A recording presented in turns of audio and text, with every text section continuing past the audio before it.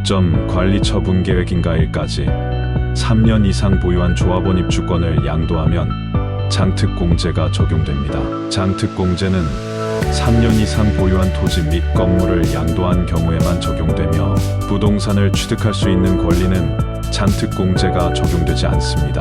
토지나 건물은 아니지만 장특공제가 적용되는 대상이 있는데요.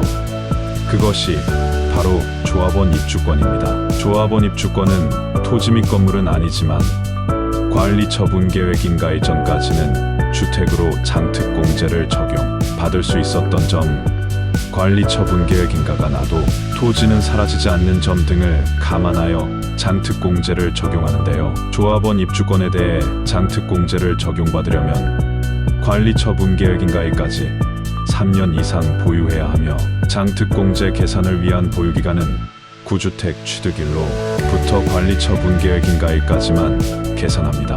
6점 다주택자 양도세 중과 규정이 적용되면 장특공제가 적용되지 않으며 중과 규정이 적용되지 않으면 장특공제가 적용됩니다. 다주택자가 조정 대상 지역에 위치한 주택을 팔면 양도세가 중과됩니다. 중과 규정에 대한 실효성을 높이기 위해 다주택자 양도세 중과 규정이 적용되는 주택은 장특공제가 적용되지 않습니다.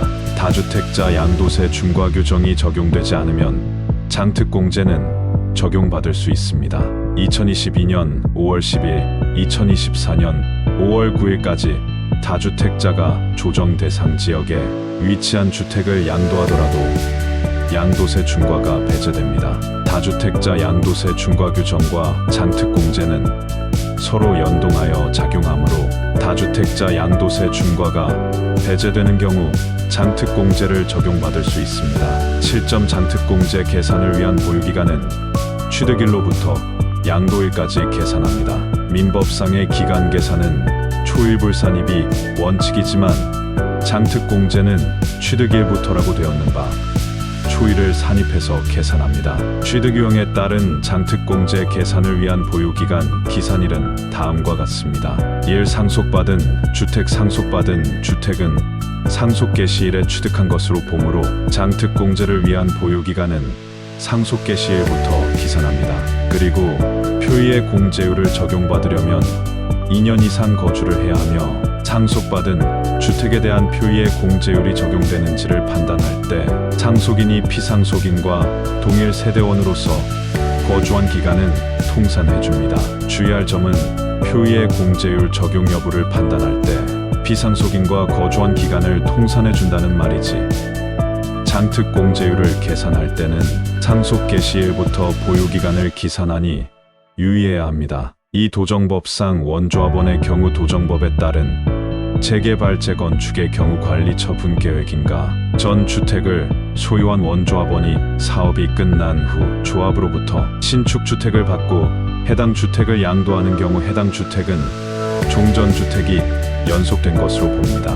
따라서 장특공제를 위한 보유기간은 종전주택 취득일부터 기산합니다. 3. 승계조합원의 경우 관리 처분 계획인가 이후 다른 조합원으로부터 조합원 입주권을 승계 취득한 조합원이 해당 입주권으로 취득하는 신축주택은 사용승인일에 새롭게 취득한 것으로 보며 이 경우 해당 신축주택의 장특공제를 위한 보유기간은 사용승인일부터 기산합니다. 사이월과세가 적용되는 경우 배우자나 직계존비속에게 부동산을 증여하고 수증자가 증여받은 부동산을 증여일로부터 5년, 2023년 이후 증여한 경우에는 10년 이내 제3자에게 양도한 경우 해당 자산의 양도 차익을 계산할 때 취득가액은 증여가액이 아닌 증여자의 당초 취득가액으로 하여 계산하는데 이를 이월과세라고 합니다.